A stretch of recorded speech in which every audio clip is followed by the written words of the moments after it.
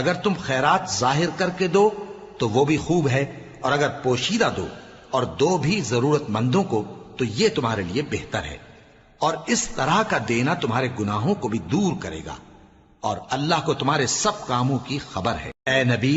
صلی اللہ علیہ وآلہ وسلم، تم ان لوگوں کی ہدایت کے ذمہ دار نہیں ہو، بلکہ اللہ ہی جس کو چاہتا ہے ہدایت بخشتا ہے۔ اور مومنو، تم جو مال خرچ کرو گے تو اس کا فائدہ تمہیں کو ہے، اور تم تو جو خرچ کرو گے اللہ کی خوشنودی کے لیے کرو گے، اور جو مال تم خرچ کرو گے وہ تمہیں پورا پورا دے دیا جائے گا اور تمہارا کچھ نقصان نہیں کیا جائے گا۔ اور ہاں، تم جو خرچ کرو گے تو ان حاجت مندوں کے لیے جو اللہ کی راہ میں رکے بیٹھے ہیں اور ملک میں کسی طرف جانے کی طاقت نہیں رکھتے اور مانگنے سے آر رکھتے ہیں، یہاں تک کہ نہ مانگنے کی وجہ سے ناواقف شخص ان کو تونگر خیال کرتا ہے،